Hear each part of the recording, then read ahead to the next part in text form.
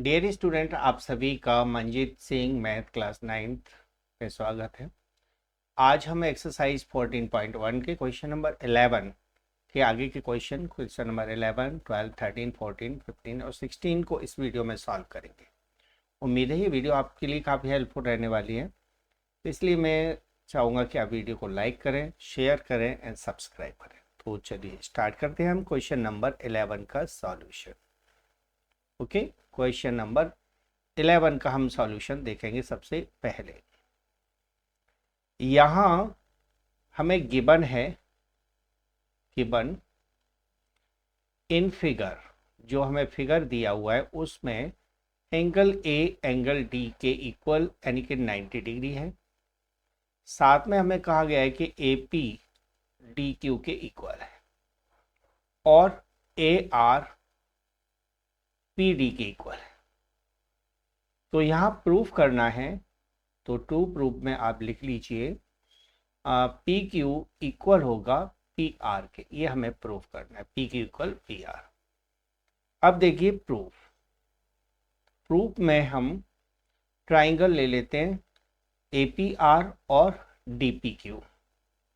तो इन triangle A P R and triangle D P Q, इन दोनों ट्राइंगल को आपको लेना है।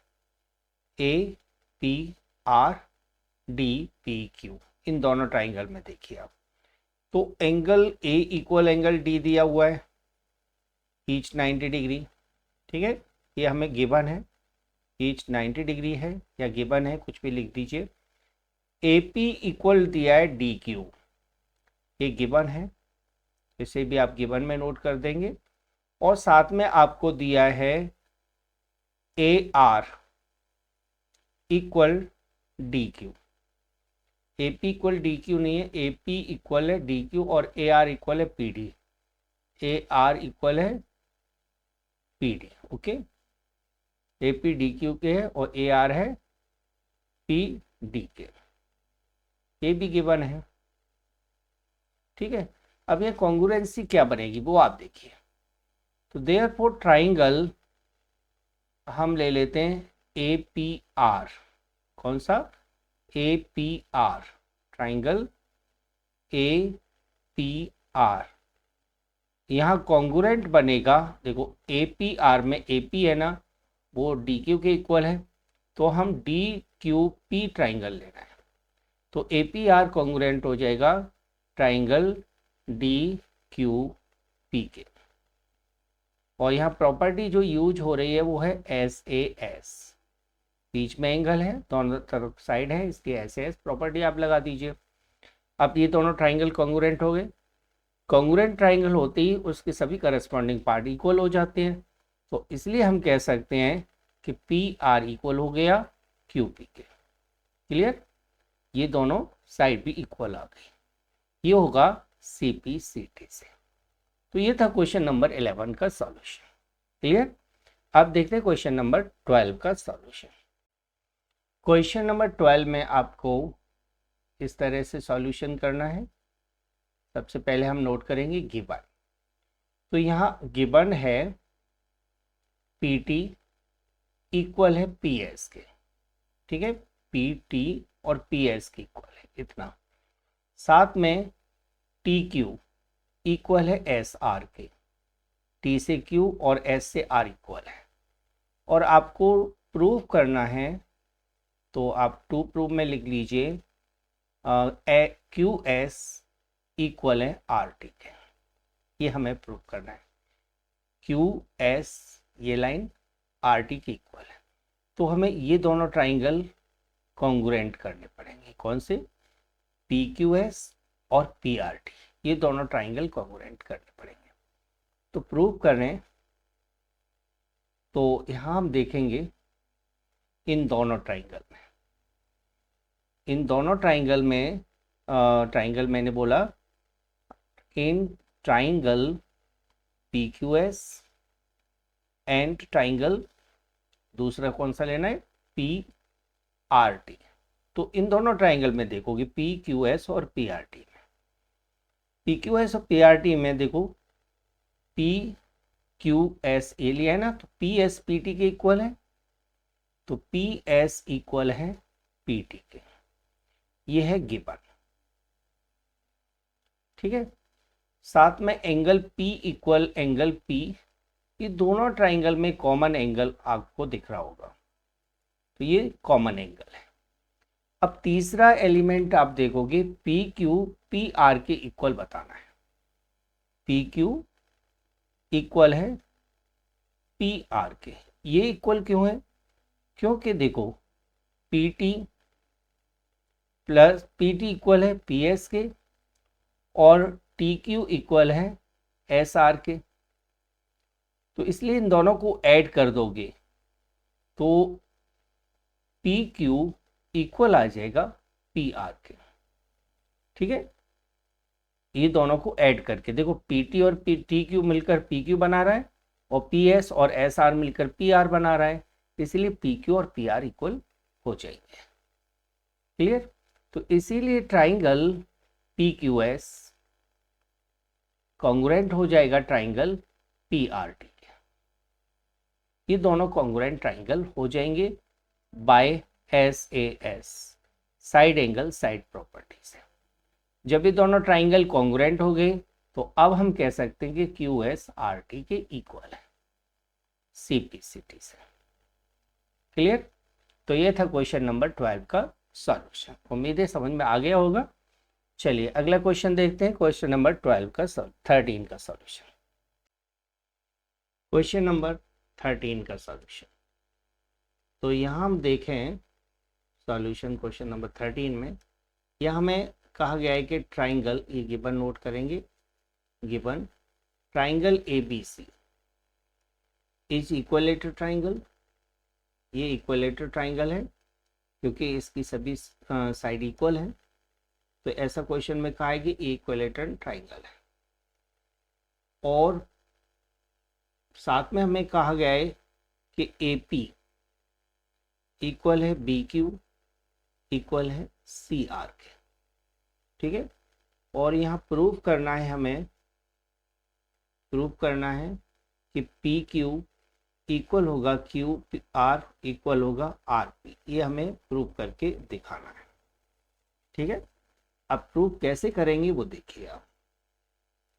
सबसे पहले तो हम देखेंगे कि इन triangle A B C, A B equal है बी सी इक्वल है ए सी, यानी तीनों साइड इक्वल है।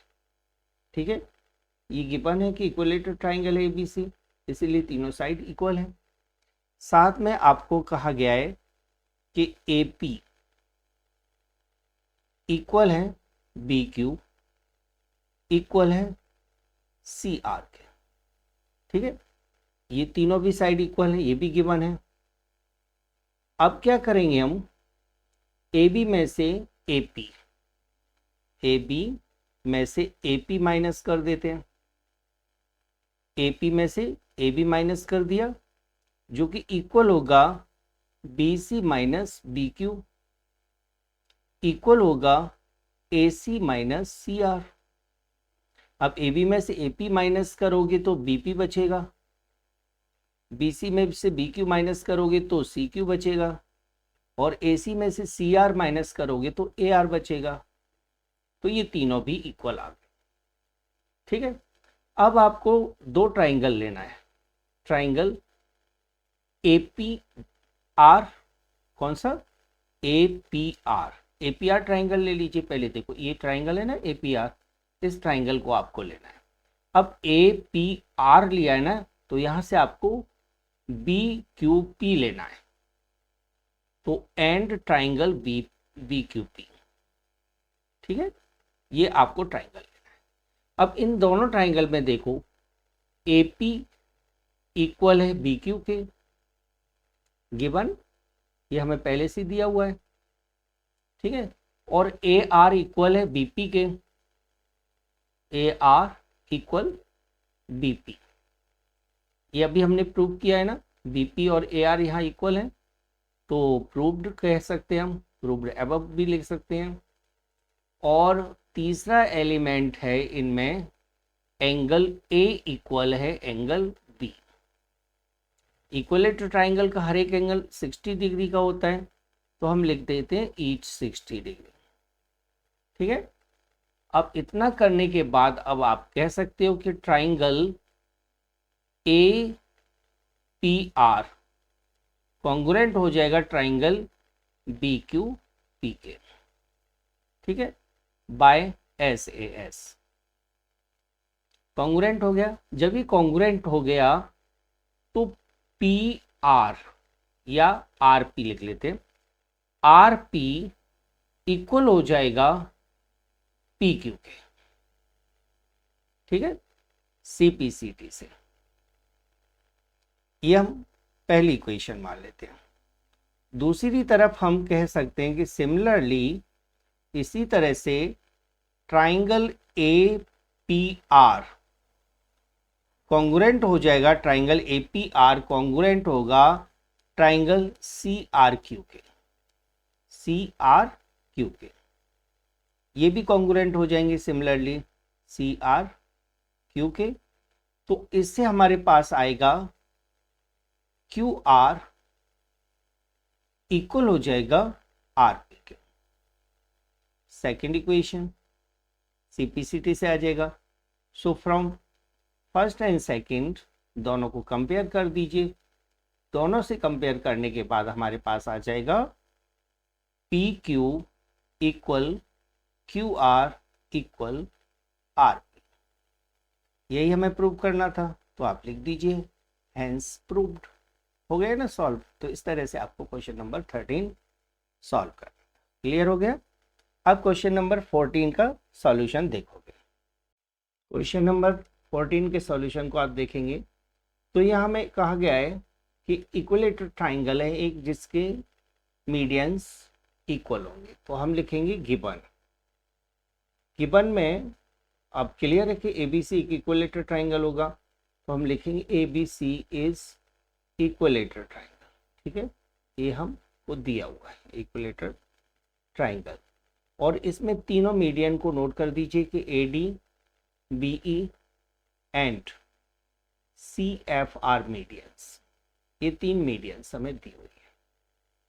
ठीक है, तो हमें प्रूव करना है कि तीनों मीडियन इक्वल होंगे। तो टू प्रूव में आप नोट करेंगे कि AD इक्वल होगी BE इक्वल CF। ये आपको प्रूव करना है। अब प्रूफ को हम इस तरह से करेंगे।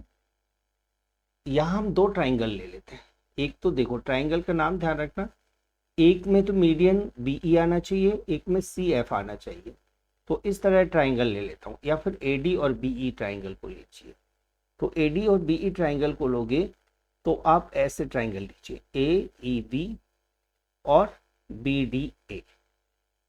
ठीक है, या ABE और BAD, ऐसे ट्राइंगल ले सकते।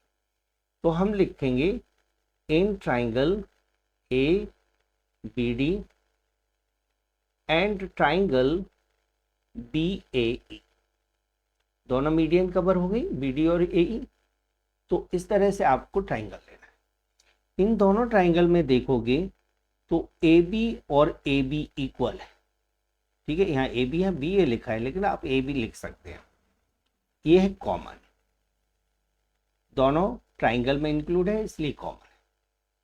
अब दूसरी तरफ देखोगे तो जो ये एंगल है और ये एंगल, ये दोनों भी इक्वल है।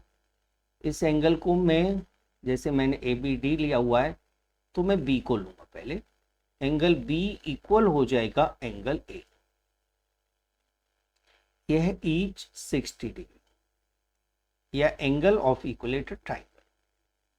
ठीक है, अब तीसरा एलिमेंट देखोगे तो AE BD के इक्वल होगा, यानी BD AE के इक्वल होगा।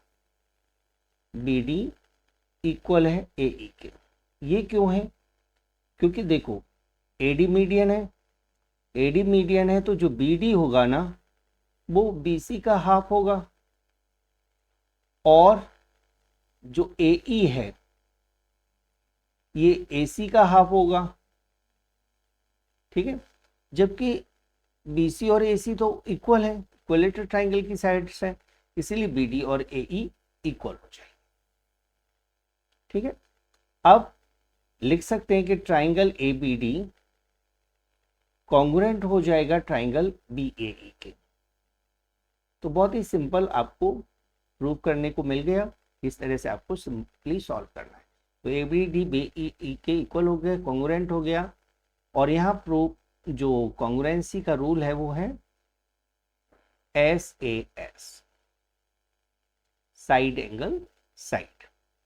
जब ये दोनों ट्राइंगल कॉन्ग्रुएंट हैं तो अब कह सकते हो कि AD इक्वल हो जाएगा BE के।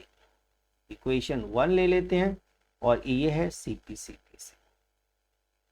ठीक है, अब सिमिलरली आप लिखोगे जैसे हमने इन दोनों मीडियन को इक्वल प्रूव किया है, तो आप ऐसे भी कह सकते हो कि AD इक्वल है CF के। ठीक है, सिमिलरली करके हमने लिख दिया AD इक्वल CF। अब दोनों इक्वेशन को कंपेयर करोगे तो फ्रॉम फर्स्ट एंड सेकेंड दोनों इक्वेशन को आप लोगे तो इससे आ जाएगा AD equal BE equal CF। ठीक है, यही प्रूव करना था, तो हेंस प्रूव्ड। That's all. ये था क्वेश्चन नंबर 14 का सॉल्यूशन।